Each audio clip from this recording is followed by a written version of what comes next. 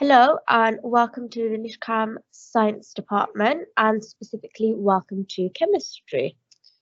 My name is Mrs. Riaz and I am the faculty leader and subject leader for chemistry. So you will be seeing me quite a lot if you do chemistry. And I have a background in material science. So that is looking at all the materials around us.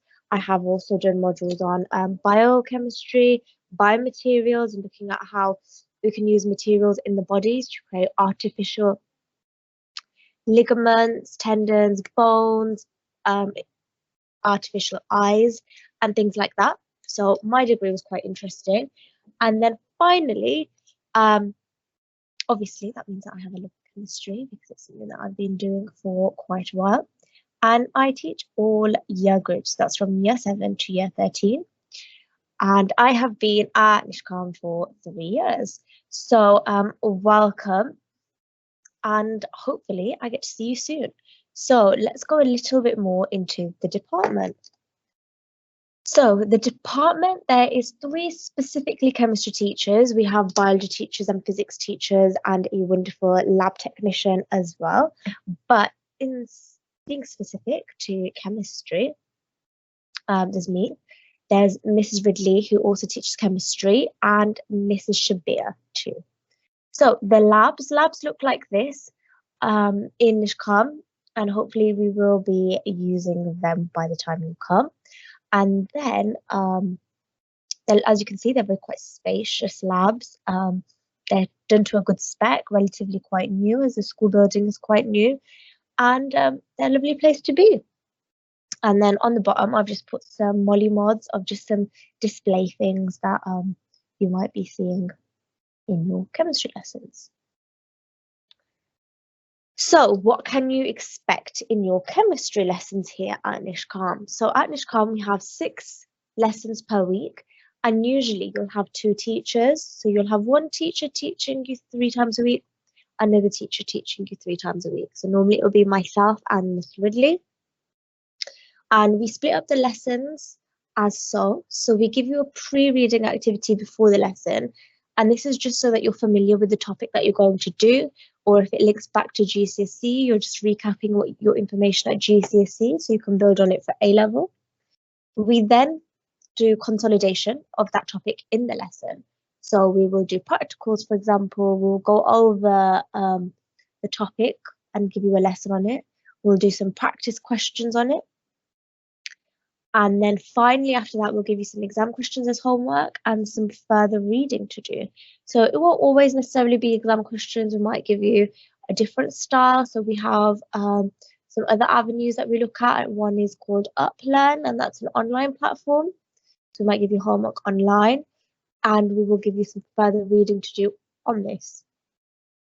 So lessons themselves are quite intense. We go through quite a lot of material in the AQA syllabus, and lessons will be quite challenging because we want to challenge you, want to make sure that you can get the best that you can. They'll be thought-provoking, so we will want you to think about the world around you and not just specifically chemistry, but how this links to, number 1, other subjects and other concepts. So when I give you an example in a few slides of some of the topics that we will cover, you'll see how they could link to the wider world around us. And finally, by the time you leave in year 13, we want you to critically think like a chemist. So we don't want you to think like a scientist. That's at the forefront. But more specifically to us, we want you to think like a chemist. So we want you to be able to leave with a specific hat that's linked to chemistry and thinking about how chemistry is in our world around us. Okay, so alongside that, some of the stuff that we do is usually team activities. So you'll work in pairs and groups. There'll be times where you work by yourself. There'll be times where you're actually teaching a specific part of the lesson to your peers.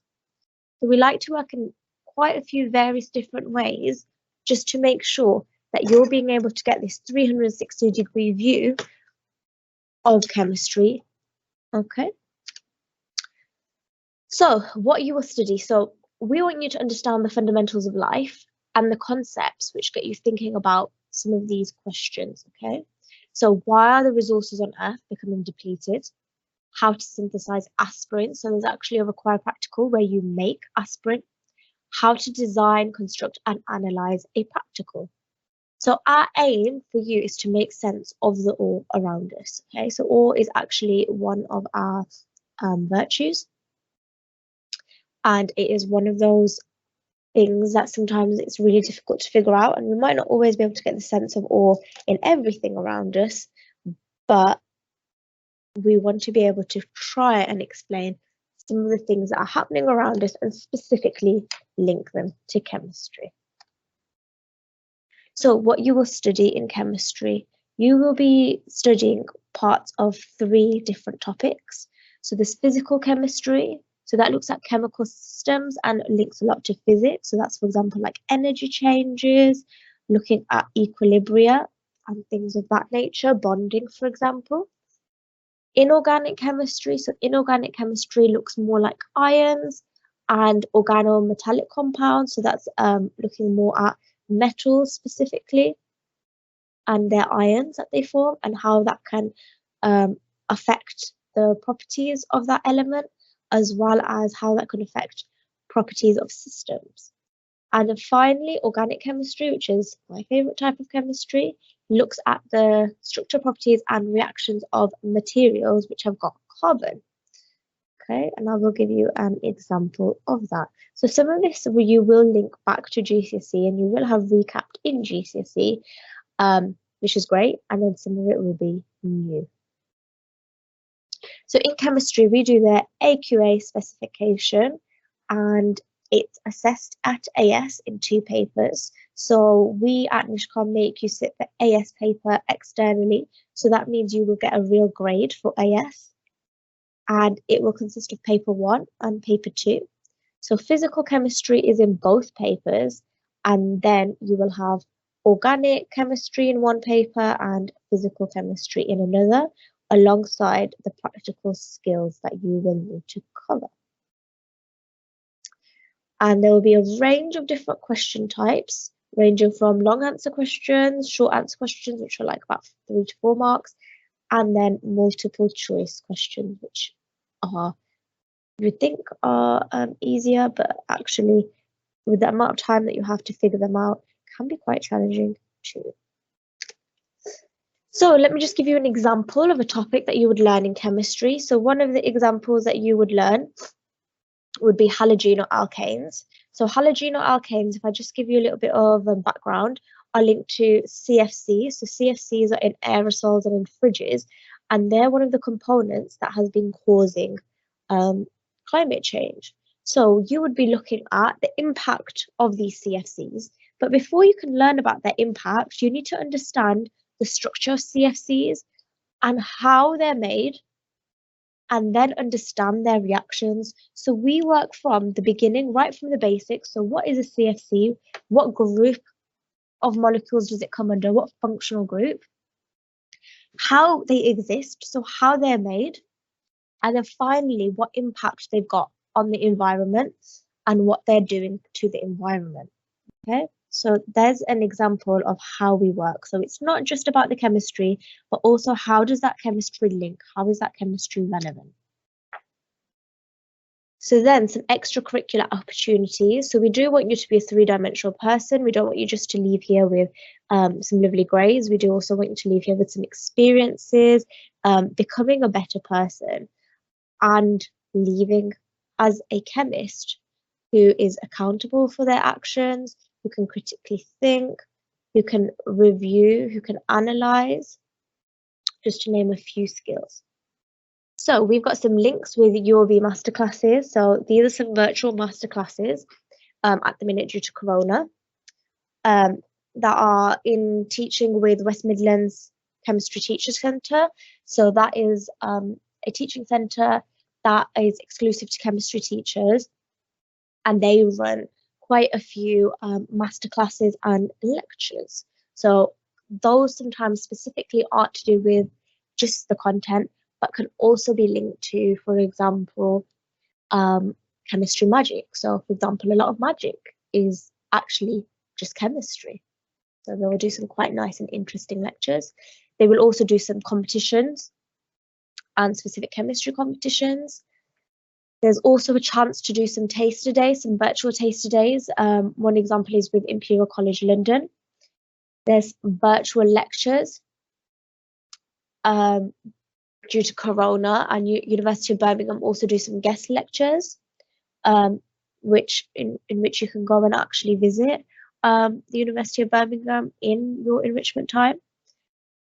I have previously brought guest lecturers to school to teach you about specific concepts, and then there's also some conferences. Now, due to Corona, things might slightly be changing. So some of this might be on more of a virtual level, but chemistry competitions and lectures and things like that will still be carrying on. So where can chemistry take you? So here's just some images of things that you can do as with a chemistry background. So a lot of degrees which have a science discipline require or have chemistry as a desirable course at A level. So here's just some to name a few. So astronomy, for example, medicine's an obvious one, dentistry is another obvious one, geology, midwifery, psychology, neuroscience, teaching. Okay, if you want to go into PhDs, that's also another one. So chemistry can take you quite a lot of different places in terms of university. Having a chemistry A level also will give you relevant skills which you might not want to necessarily carry on to degree, but will help you with other subjects. So for example, if you are doing English, hopefully your chemistry background will help you plan, because you are planning and critically analysing required practicals. So that will be a useful skill when you're analysing text, for example. So it's not just about where chemistry can take you literally, but also about using the skills in chemistry. So what we expect from you. So here in the chemistry department, we would like you to have a hardworking ethos, a can-do attitude, so being positive and understanding that you can get through it, because it won't always be easy. Diligence and carrying on. Hopefully finding a love or having a love for chemistry and persevering. Okay, so on your journey, there's always bumps in the road. So during those bumps in the road, we do want you to be persevering. So here's some student perceptions that I got some of my students in year 12 and year 13 to write. Some of these I found quite funny actually. So chemistry is hard and it can be overwhelming at first. So I found that part, I was like, oh dear. But then it got better. But the teachers really support you and want you to achieve the best grade possible. It has some interesting topics and can be useful for a lot of degrees. So that was really nice. And we do really want to support you here, and we want to make sure that you do have the best experience possible and you get that best grade. Another one, chemistry has taught me to be patient and take things one step at a time. I like how chemistry challenges me, and I like a puzzle. So that's quite nice there, that this person liked how it challenges them, and it is a challenging A-level course. And then finally, chemistry is great to do at A-level because it leads to a lot of different avenues, from geology to medicine. That's true. I have been able to see things around me differently and appreciate them more, knowing the complex chemistry involved. So qualifications that you need are 5 GCSEs A star to C, including a grade 6 at Maths and English, and a grade 6 or above in chemistry. However, it is desirable to have a grade 7 in chemistry, as it is, like I said, a challenging A level and therefore does require a lot of maths. So if you do get that grade 7, it just makes it slightly easier. And then finally, all of the sixth form open evening resources, such as this PowerPoint, can be found on the school's website within the sixth form section, and applications are now open and available to complete. So we look forward to welcoming many of you to our classrooms in September 2020. I hope you found that useful, and hopefully I will see you soon.